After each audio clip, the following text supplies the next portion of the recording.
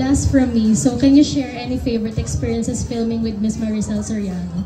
Lalo na in terms of sa mga sampalan, sabi. Yes, masasabi ko sa acting career ko, nasampal na ako ng isang Maricel Soriano. So, bucket list check. Nagsasorry siya sa akin, hindi po, pangarap ko po ito bilang artista.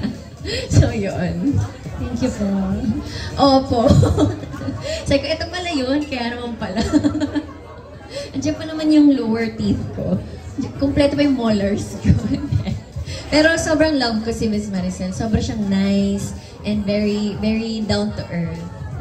Thank you, Kim. And kasi di ba sa mga eksena, meron yung parang nagsasabon and all. Ah, yes. Pag ganun ba, parang may pakiusap ka ba in terms of parang ensuring na hindi naman maaano yung hair? Minsan, pero hindi na rin natin minsan na pipigilan. Katulad sa linlang namin, si Miss Maricel Soriano. Sige na po, tara na, naka-hair fix naman ako.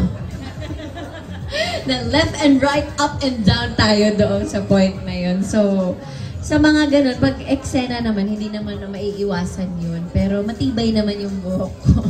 Andyan pa rin siya. Nasa topic na tayo ng linlang, anong i-expect namin dito? Especially na parang very daring na clean shoot to. Linlang, nako, exciting yun. And I'm very excited na mapanood siya ng mga tao. And sobrang ako natuwa nung nabasa ko yung mga comments, nung lumabas yung trailer namin. Kinabahan ako. Nagdasal talaga ako bago mag-alas 10 ng umaga ng Sunday. Dahil hindi ko alam ano yung reaction ng mga tao. But nagulat din ako na positive yung naging response and they're happy for my growth as an actor. Kaya kinilig talaga ako, hindi talaga ako nakatulog nun. Ang tagal ko natulog, nagbabasa lang ako ng comment, parang nasa cloud9 ako. So, nagpapasalamat talaga ako and praying na sana supportahan nila dahil exclusive lang to sa Prime Video. From Linlang, of course, that's already gaining popularity. What else do we expect from Kim Chiu as far as TV series goes?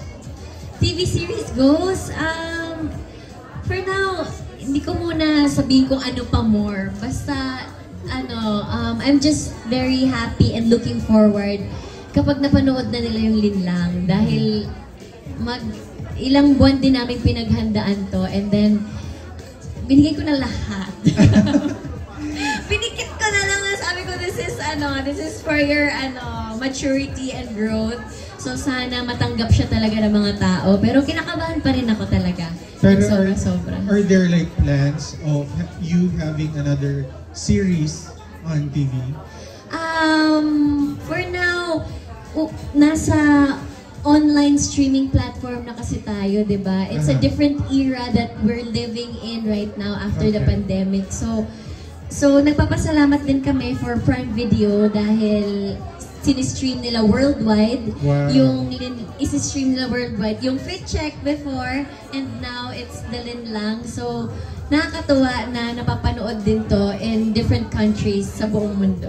International career na pala. Yeah, international career na tayo. Go for gold. Alright, thank you, Kim. Thank you so much.